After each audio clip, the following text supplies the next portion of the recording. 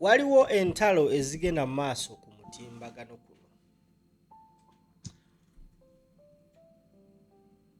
Musajja wa Robert Kyagulanyi Ssentamu Bobi Wine amanyikibwa nga Kazibwe Kapo aina concert mu nnaku ntono nnyo from now. We all know Kazibwe Kapo ng'omu ku bantu abayagala ennyo okuyimirira ku mazima. Ndiye wabanga alabye ekintu nga si kituufu ne bakimubuuzaako in most cases afuba nnyo okulaba nga awa his honest opinion. Now waliwo omuvubuka comedian amanyikibwa oba nga Shower something, simanyi bulungi, Shower something, yakola omukutu gwa YouTube era n'asalawo kukyaza nga taata we. Now mu ngeri y'okwagala okukola content mu ndowooza ya Kazibwe Kapo, taata wa Shower alabika ayina we yasobamu. Kati nga ye Kapo omusajja omukulu Omuganda, nga of course engeri taata gye yeeyisaamu teyali nnuŋŋamu okusinziira ku Kazibwe Kapo. So Kazibwe Kapo abeera ku mukutu ogumu bamubuuza ng'awa opinion ye nga omuzadde. Ba social media in-laws baatabuse. Naye nze mbadde sigoberedde nnyo story, namaze kulaba ka clip katata oyo omwana nga akaaba. Ne mpuliza ebigambo bya Kazibwe Kapo, naye nga Kazibwe Kapo talina kakyamu konna. Omukulu amanyikibwa nga Dr. Kwefa avuddeyo n'ayongera oku elaborating more ku what exactly happened between these two people. Era bwati wayogedde katukomewo.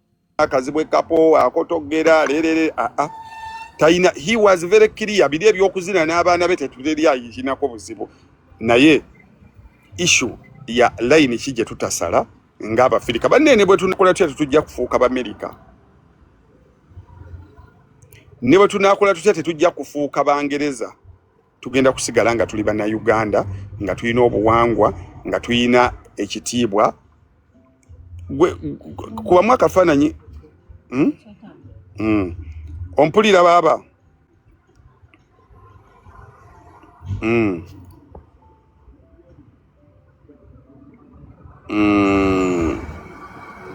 simanyi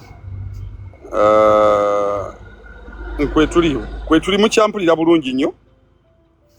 So kyekyo, so ebye mulabe ebitambula Kazibwe Kapo gitagenda kwetonda kukuwabulwa kuba naffe tumuwabula.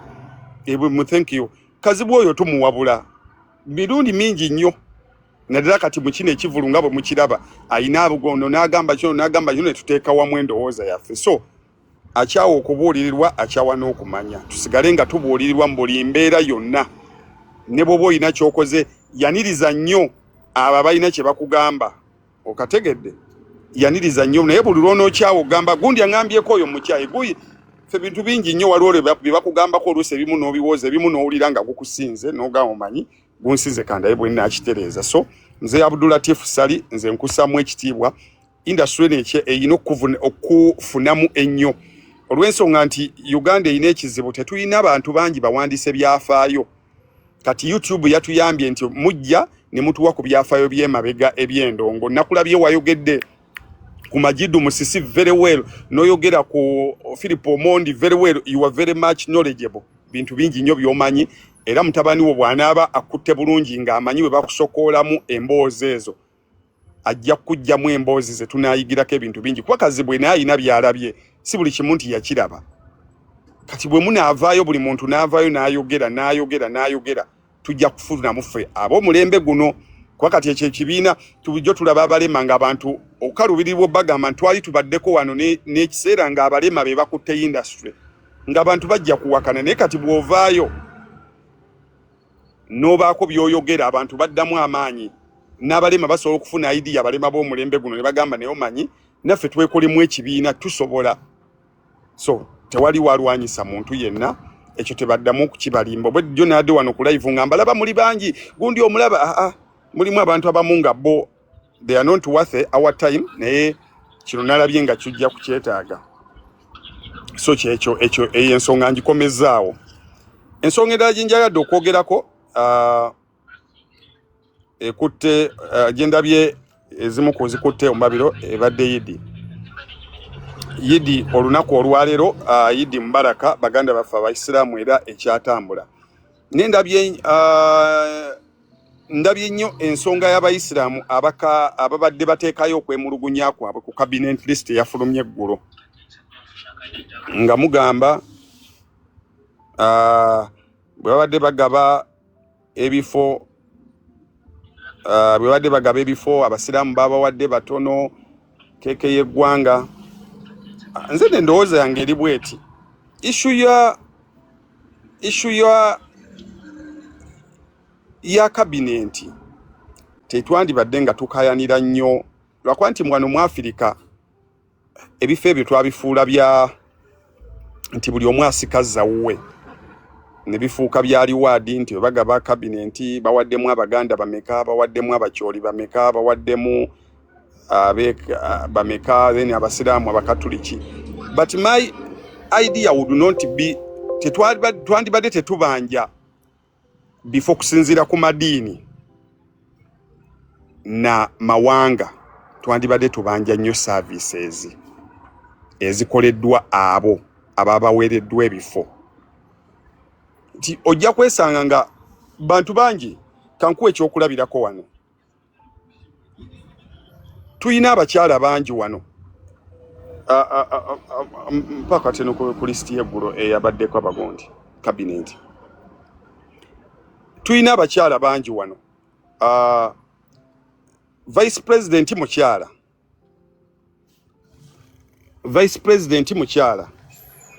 kabulidde wano kabuze kati kankulage nti issue si ya gender, issue si ya dini, issue si ya gwanga, issue ya service delivery. Tuyina abakyala wano. Vice President Jessica Alupo mukyala, Prime Minister Robina Nabbanja mukyala, First Deputy Prime Minister Honorable Rebecca Kadaga mukyala. Ebyo no byenkubulira cabinet ezo siza kisanja kino kyokka n'ekisanja ekiwedde mukyala. Then awo ne tufuna omwami ne tujja ku Third Deputy Prime Minister Rukia Nakadama mukyala. Ne tujja ku Minister of Education and Sports Honorable Janet Kataha mukyala.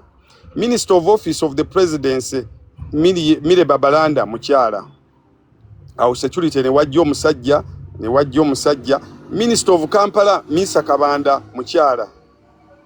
Kitegeeza mu bifo ebisooka eby'amaanyi ebitaano mulimu omukyala omu, babiri, basatu. Bw'ova ku President Museveni okuddamu okusanga omusajja obuuka w'abakyala basatu. Vice President ne Prime Minister ne Minister wa East African Community mukyala. Luli nno tubadde ne speaker naye nga mukyala. Njala nkubuuze abakyala bali mu kweyagala olw'okuba ebifo ebyo byabwe. Okitegedde? Wano olwaliro tulina ekizibu kya sanitary pads, kyekizibu ekisinga okusumbuwa kati abaana ab'obuwala. Wandiroozezza nti engeri abakyala gye bali waggulu nti bana b'amaanyi, speaker abadde mukyala, Vice President mukyala, singa abakyala bali mu kweyagala okw'ekika ekya waggulu. Singa sanitary pads, that is my biggest problem. Mu byalo luddawa baana bangi dropping out batuuka mu mbeera eyo nga tebamanyi na sensitization, tebamanyi ngeri gye bakiyitamu, naye nga bakyala ebifo ebyakabye bakyala. So ojja kusanga nga bajja kutuwa Abasiraamu nga cabinet ya Abasiraamu naye nga ate Abasiraamu abaliyo ngati ensonga zaabwe si ze baliko nga balala nnyo, kyokka ate osanga omuntu nga si Musiraamu naye nga ate afa nnyo ku nsonga z'Abasiraamu okusinga ate Omusiraamu. So issue si ya waddiini kigwe bawadde, issue ya service delivery, kubanga bwe bakuwa ekifo babeera tebakuwadde ekifo kya ddiini yo oba kifo kya mukyala oba kya mwami, is service delivery. Okitegedde? So ndabye Abasiraamu bati batuwadde tubanje abo abaliwo services zaffe.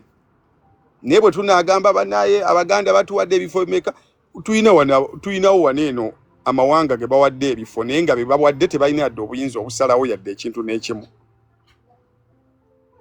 tinga tebalina kwebagambe tubaddeko wano. I think tribes matter in their tribal issues. Nkireete ntya nti tugeze minister avunanyizibwa ku nsonga z'ekkalamojja nga mukalamojja eyo nja kukkiriza minister avunanyizibwa ku nsonga abeere nga mukalamojja kuba ali mu nsonga z'abakalamojja. Minister avunanyizibwa ku nsonga za Buganda abeere nga Muganda bw'abaawo ensonga nga yali joni eyo yo nsobola okukkiriza. Ne bwe tubeera ne minister nga tuli mu cabinet eyawamu nga tali mu nsonga za kitundu ekyeddiini si kye twandibadde tukulembeza ennyo, tukulembeze service delivery nti batukoledde ki kuba bye bakola byaffe ffenna wamu naye lwakuba munaye oluusi nammwe sibanenya ebifo byafuuka byakulya engeri ekiri nti bambi nabo tebabeera na kati twagala wetufuna wetwegumiza nti kale yadde kale kasa tuyina gundi mu katuliki tuyina gundi naye ogenda okumaliriza nga naye musajja wattu ebyeddiini tabina yadde n'ekimu kyasobola tusalirawo nga bamuwadde buwi kubeerawo okutuukiriza mukolo nti batuwadde gundi omusiraamu. So we should go beyond tribes, we should go beyond religions bwe tuba bakukulaakulana wamu. Osegedde so zensonga bbiri zenziza okwogerako. Ebisigadde njala kanfuneyo abateesa wano 2-3 then mbate mugende.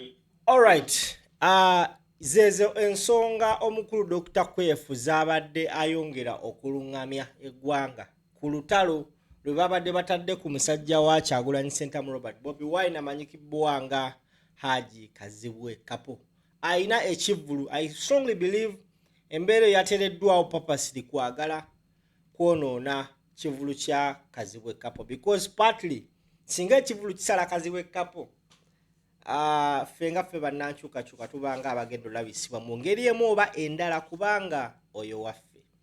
Maliriza vidiyo eno nga nsaba buli kiisi yenna agiraba bassebo ne bannyabo omwana gw'olaba ku screen awo amanya ge bamuyita Baby Peter.